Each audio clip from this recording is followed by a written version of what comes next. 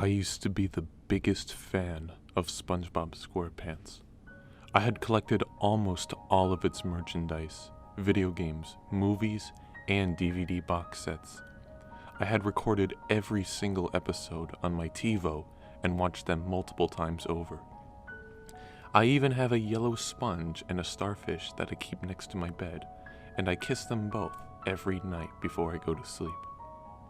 But one day, it was a day unlike any other normal day. I was walking around my neighborhood until I noticed a car boot sale going on a few houses down from mine. I scuttled over to investigate the commotion occurring.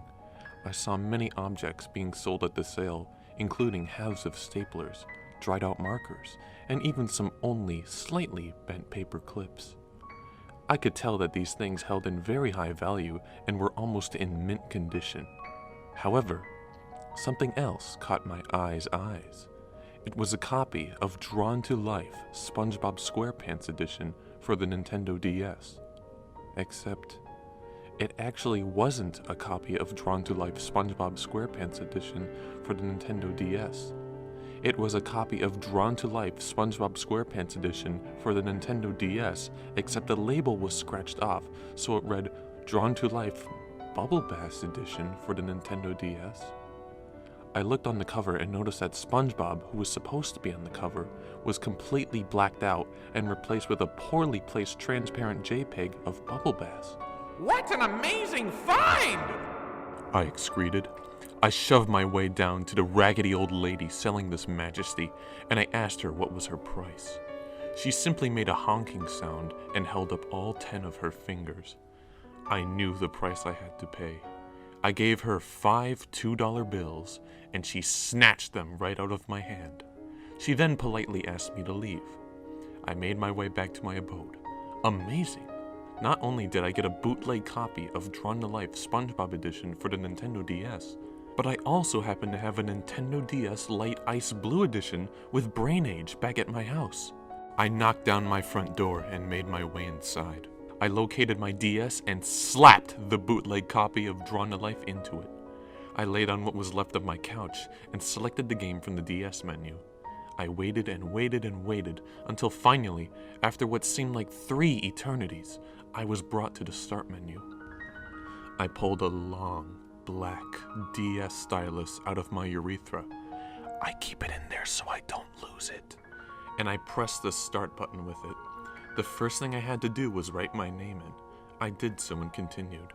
I was shown a fabulously drawn cutscene of the man on the boat dropping a pencil into the water. I screeched in excitement. That's just like in the episode! I saw as the pencil hit the bottom, except I remember from watching many Let's Plays of this game that the pencil hits Patrick on the head. But Patrick wasn't even there. Text boxes appear, but no words appeared in them. The entire cutscene played out without seeing one glimpse of the cheerful sponge or the silly starfish. A hint of frustration brewed within me as it just occurred to me that I could have been ripped off. But then, I was brought to the scene where I make my character. This was it. This was my chance to insert myself into the SpongeBob universe. But there was already something drawn in. It was a hyper-realistic drawing of Bubble Bass from the show. I looked closely at all the details and wondered how much time was put into such an advanced drawing. Then I saw his eyes. They were the most realistic eyes I have ever seen. Blood was dripping from them as well. I tried to clear the drawing, but it wouldn't go away. I started to hyperventilate as I spent more time face to face with the drawing. Finally, I closed the DS and ran screaming with it. I threw it down my stairs into the basement and sealed it down there by closing the door. That'll teach it for scaring me. I decided to go make a big mustard sandwich and watch some SpongeBob to relax. I was watching the episode where SpongeBob and Mr. Krabs bury the body of the health inspector, which is one of the scariest episodes of the series, might I add. As I was watching, I took notice that there was something off about the episode. None of the characters I expected to see appeared in this showing of SpongeBob. Neither SpongeBob nor Mr. Krabs appeared once within the episode. Something was definitely not normal around here. Suddenly, The doorbell rang. I wondered and contemplated who could be at the door at 5 o'clock in the afternoon. I looked out my doorway. Just a little tip to help you catch up with the story. Previously, I stated that I knocked on my door when I entered my abode, and saw that there was not a who at my doorstep, but a what. I saw a Krabby Patty at my doorstep. It was a perfect, genuine copy of one of the Krabby Patties from the show. I was overjoyed at the thought to add this to my collection. I picked it up and inspected it further.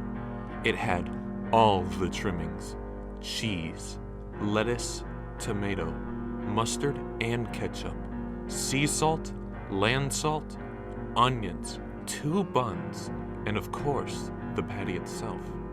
But something was off. Something was missing. I checked again and again to see if they were there, but no, they weren't.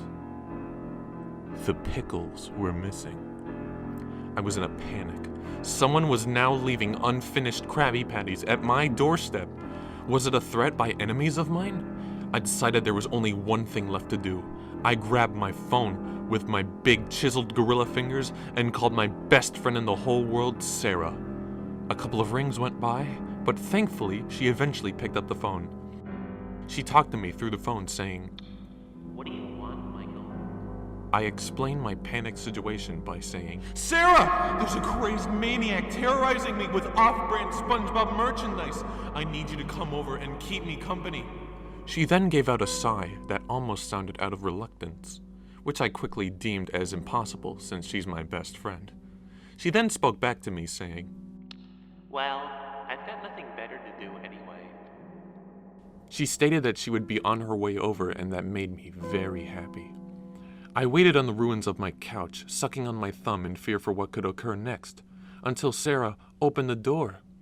I was relieved, and I started to explain the situation that had occurred to me before she arrived. While I was explaining to her, she sat on my couch and went onto her phone, probably to take notes on what I was saying. While I was talking about what had happened, I was turned away from Sarah and started to hear these strange crunching noises and muffled screams. I quickly turned my head, and I saw him. It was the Bubble Bass from the bootleg game with those bloody, hyper-realistic eyes.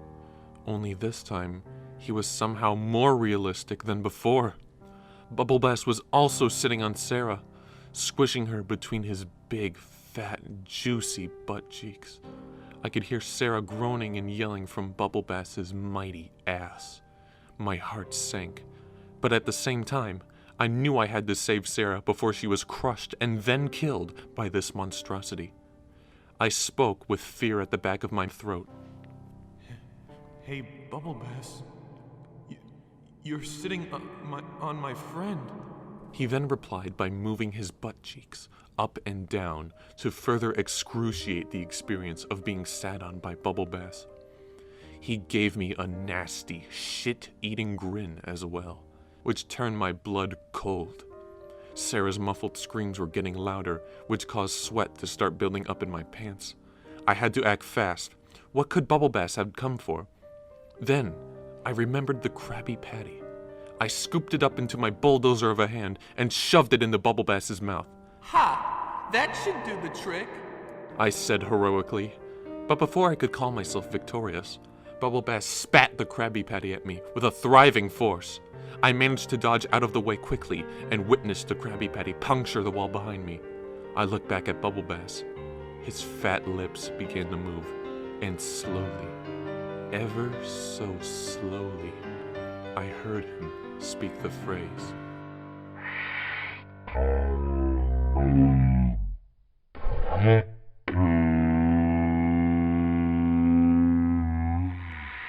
In a voice that was so low, it made me crap my bottoms, but only a little bit. Bubble Bass then moved one butt cheek into the air, pausing before executing his next technique. I could have never prepared for what he would do next. He began to move his butt cheeks up and down at an incredible speed, as if I was witnessing the pistons of a car engine in motion. His non-stop clapping action was causing the entire house to start shaking violently. I attempted to remove the Krabby Patty that was now lodged within the walls. Thankfully, I was successful in doing so, but what was the point if he wouldn't eat it? Those words echoed in my mind.